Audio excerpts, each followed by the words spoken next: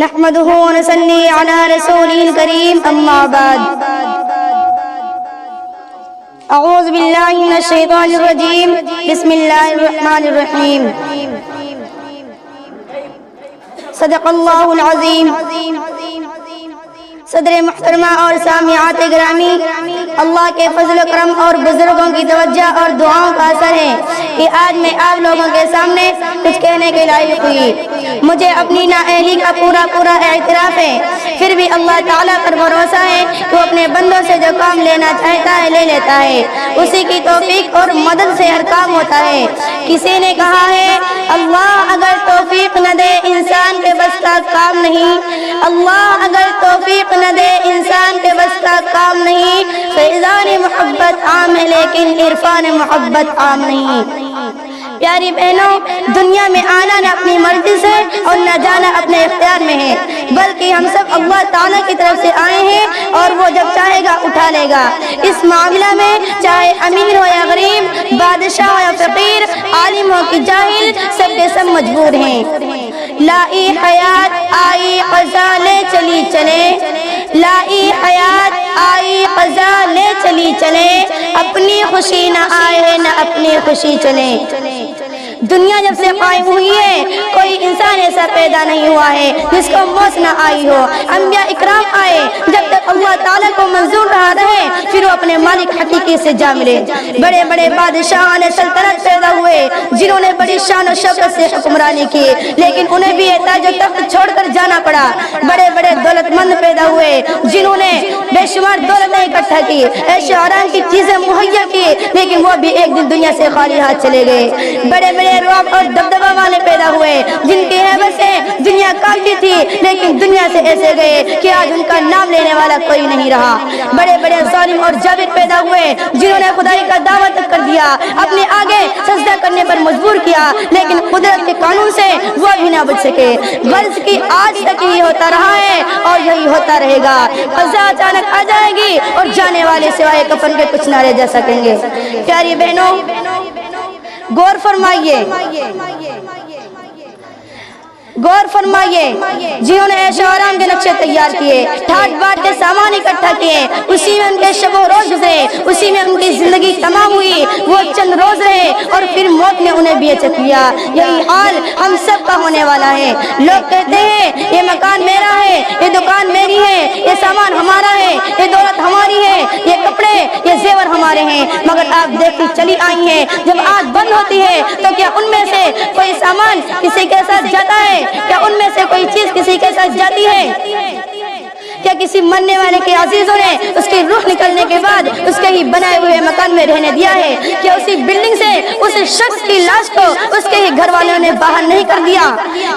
کیا اسی بنائے ہوئے بلڈنگ سے اس شخص کی لاش کو اس کے ہی گھر والوں نے باہر نہیں کر دیا؟ کیا اس کے ہی گھر والوں نے اسے منو مٹی تلے دفن نہیں کر دیا؟ پھر اس کی ساری زندگی کی کمائی کو انہوں نے تقسیم نہیں کر لیا؟ اگر اس سارے ثواب پر کچھ خرچ بھی کیا ہے تو احسان کے ساتھ۔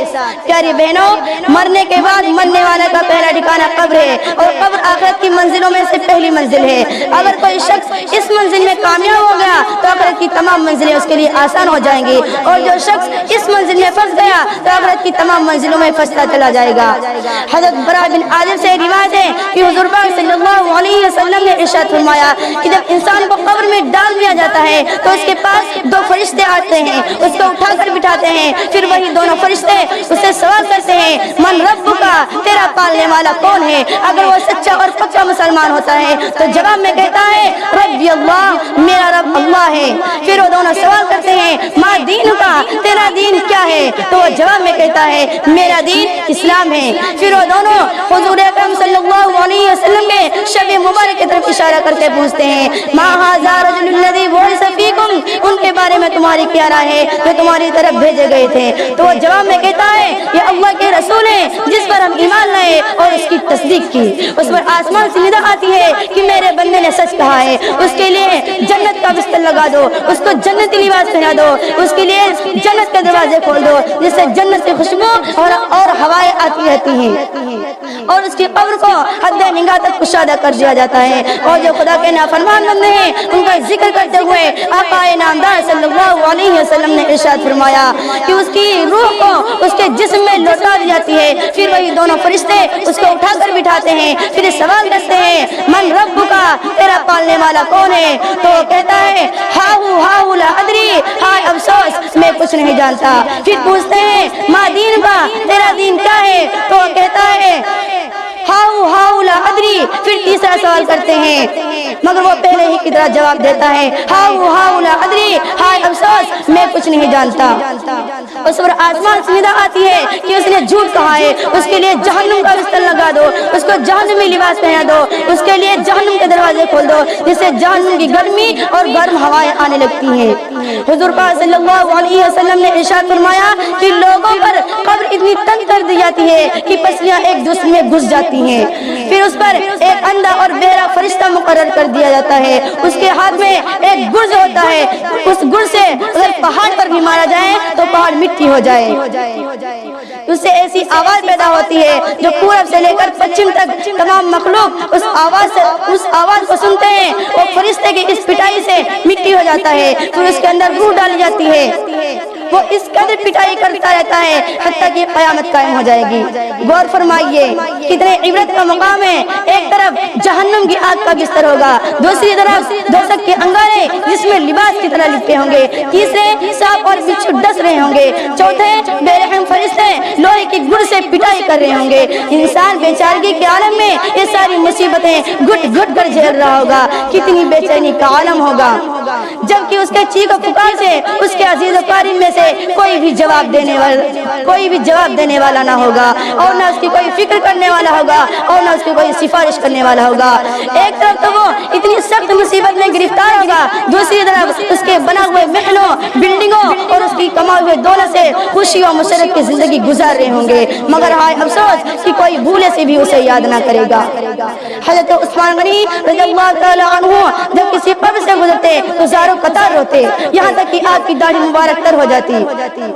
لوگوں نے عرض کیا کہ آپ کے سامنے جنت اور دوزخ کا تذکرہ ہوتا ہے تو آپ اتنا نہیں روتے ہیں، اور جب قبر کا تذکرہ ہوتا ہے تو روتے روتے بے حال ہو جاتے ہیں۔ تو حضرت عثمان غنی رضی اللہ تعالیٰ عنہ نے جواب دیا فقال رسول اللہ صلی اللہ علیہ وسلم قال ان القبر اول منزل من منازل الآخرة فإن يجي منه فما بعد اشد منه۔ حضور پاک صلی اللہ علیہ وسلم نے ارشاد فرمایا کہ بے شک قبر آخرت کی منزلوں میں سے پہلی منزل ہے، اگر اس سے نجات مل گئی تو اس کے بعد کی تمام منزلیں آسان ہو جائیں گی، اور اگر اس سے نجات نہ بچ سکا تو اس کے بعد کی تمام منزلیں اس کے لیے دشوار ہو جائیں گی۔ میری پیاری ماں بہنوں، قبر جو آخرت کی منزلوں میں سے پہلی منزل ہے، اگر اس سے نجات مل گئی، میری پیاری ماں بہنوں، قبر جو آخرت کی منزلوں میں سے پہلی منزل ہے، اس راہ سے ہر ایک کو گزرنا ہے۔ آپ اللہ کو راضی کر لیں، اس کے حکموں پر چلیں تاکہ قبر کی منزلیں آپ کے لیے آسان ہو جائیں اور آپ اللہ کی رحمت کے سائے میں رہیں۔ ترمذی شریف کی روایت میں ہے آپ صلی اللہ علیہ وسلم نے ارشاد فرمایا کہ خدا کے نافرمان منکر بننے پر اس کی قبر میں ایسے زہریلے 99 سانپ مسلط کر جاتے ہیں کہ اگر وہ ایک مرتبہ ڈس لیں تو اس کے زہر سے انسان تڑپتا رہے، اور اگر وہ زمین پر پھنکار مارے تو زمین پر کوئی سبزہ نہ اگے۔ میری پیاری ماں بہنوں، قربان جائیں پیارے حبیب محبوب خدا صلی اللہ علیہ وسلم پر جنہوں نے امت کے سامنے قبر کے حالات کو کھول کر بیان کر دیا۔ اب اس کے باوجود اگر ہم غفلت میں پڑیں اور فکر کی تیاری نہ کریں تو اس سے بڑھ کر بدنصیبی اور کیا ہو سکتی ہے۔ آگاہ اپنی موت سے کوئی بشر نہیں، آگاہ اپنی موت سے کوئی بشر نہیں، ساما 100 برس کا ہے پل کی خبر نہیں۔ اللہ تعالیٰ سے دعا کہ اللہ تعالیٰ تمام ماں بہنوں کو آخرت کی فکر کرنے کی توفیق عطا فرمائے اور